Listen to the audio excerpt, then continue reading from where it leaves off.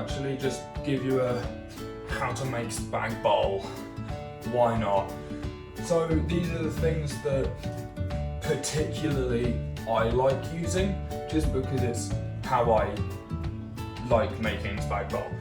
Mince, SPAGOODERS, paste, onion, salt, pepper, Worcester sauce, mushrooms, tinned tomatoes.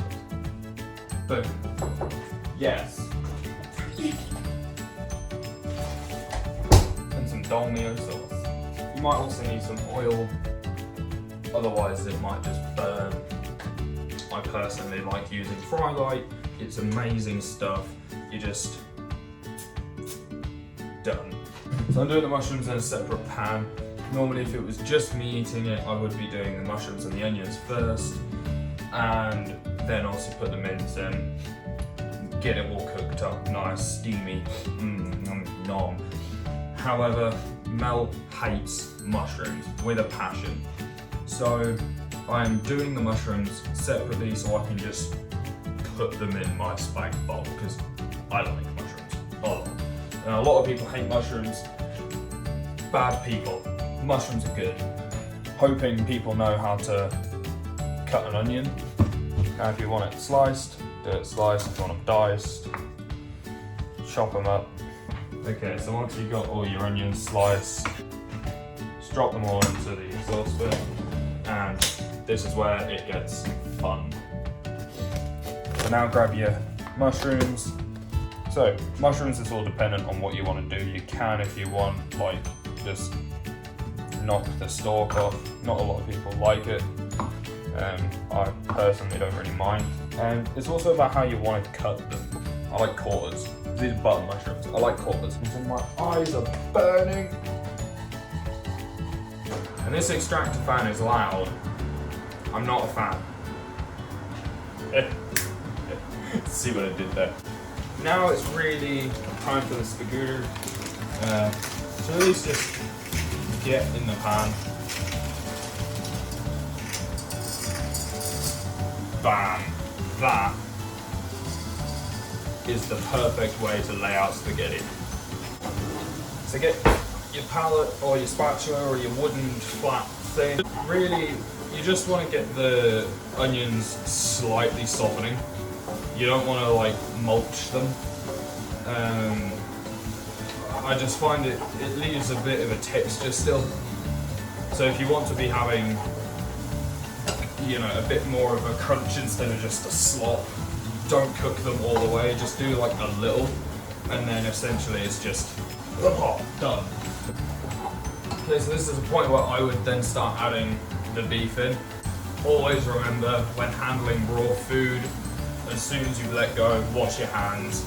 You don't want to be cross-contaminating anything, and it's just the safer way of doing it. I like tearing it a little, just because it's then not just one massive mess, you know? Okay, beef done. Remember, keep an eye on the mushrooms, keep an eye on, you know, the pasta once that's cooking, because this stuff will probably only take about 11 minutes. I mean, I don't go by the packet, I just go by how it tastes or how it looks. I'm so used to cooking pasta now, that's all I really do. So now you just got to mix the onion in with the mince, because the onion will just seep flavour everywhere, and that's really what you want. You want the onions to get their own flavour into the beef, because that will give it a nicer all-round flavour. You don't want to get one chunk of an onion and then just beef on the next. You want to get all of it nicely mixed together. I don't think you'll be able to see this, but the beef is already, because the pan hasn't got oil, it's just got fry light. It's not sitting in oil and mixture.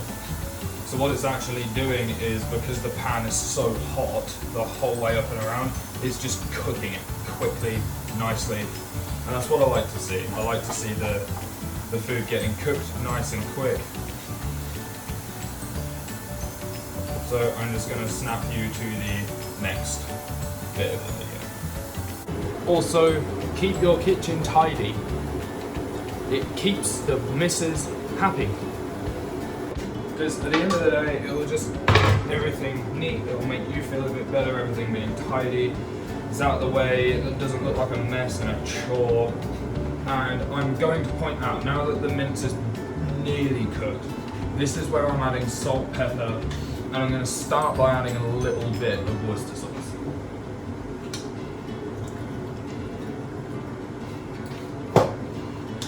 And with the salt, I just will pour an amount in my hand. Whether this is what I use or not, it doesn't matter. So just sprinkle it on, instead of it just going out as one clump. And that's in. You can now just sort of mix that about, because then the salt, and in a second when I add the pepper, it's all just going to be soaked into the juices that are still down the bottom. It's going to be soaked into the beef still. So even though it's cooked, it's going to absorb, and it's not going to create a layer of salt. About 4 cracker pepper, just again gives it that little bit of a kick to the food. Now some people will be wondering, well, this is, you know, basic, but at the end of the day, like I said, there are some people who don't know how to do these things, or are just intrigued and want to find out how other people do it, try and adapt their own recipe and make their own food taste better. And if you want to add anything to it, you can. I sometimes put carrot in. I didn't want to today, I just wanted something nice, easy, simple. Okay, now this is all done, you might not be able to see, but there is a lot of juice in the bottom. So, what we're going to do is just pour some of that away. So you don't want to lose all of it, you want to be able to eat some, because that's what has a lot of the flavour as well. It's just you don't want this layer of fat sitting on the top of your food as it's cooking. So now the kettle's all boiled, we can go ahead and pour the water in and really get the spaghetti cooking. Now I like to add it a little bit slower, rotating around so that you get the base of it heated, so it starts to bend a lot quicker and it will start cooking and steaming quickly and efficiently.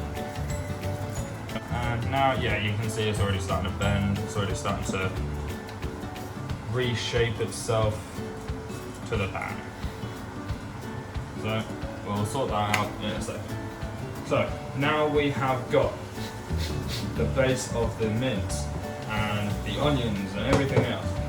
You can now go ahead and add your jar of bolognese sauce. Now I do sometimes make it completely from scratch, just pure tomatoes, slicing onions, mixing, frying, all that, but this is just an easier and simpler way.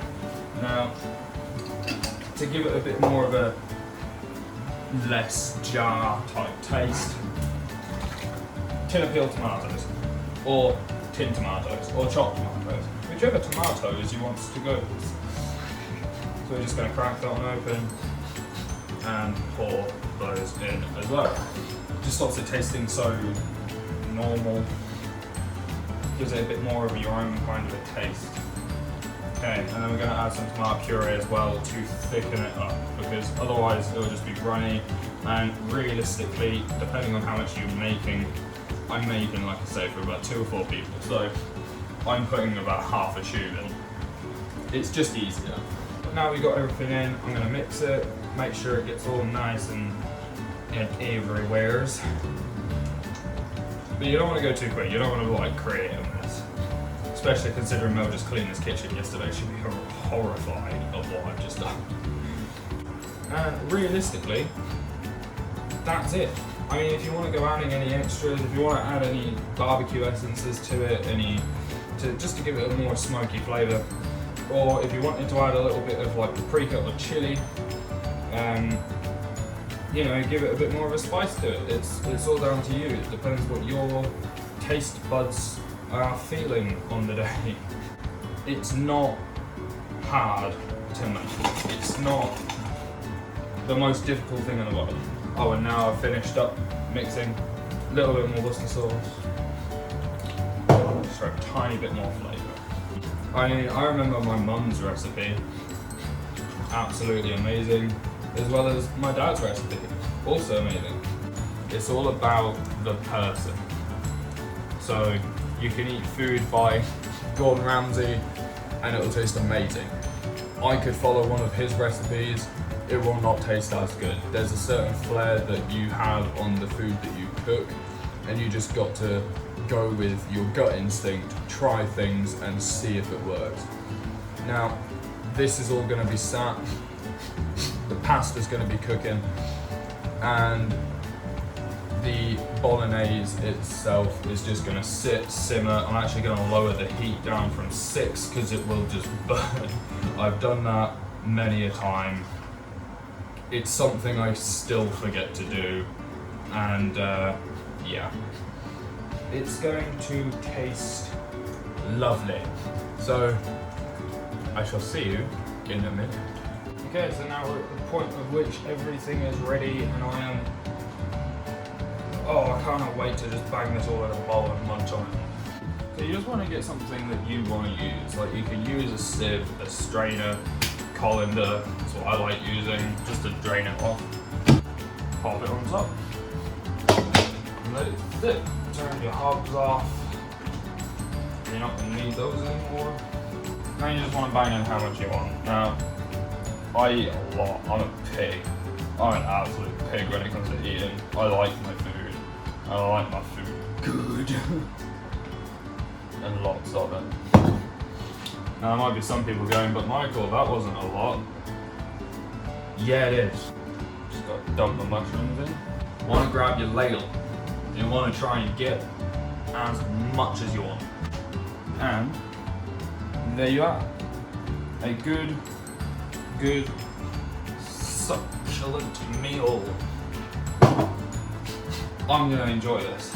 If you're like me, you put cheese on the top. To me, a spag bowl that doesn't have cheese, anyone who does that, you're just a heathen, you're a peasant. And there we are. A good, tasty, delicious meal. With that all said and done, I'm now going to go.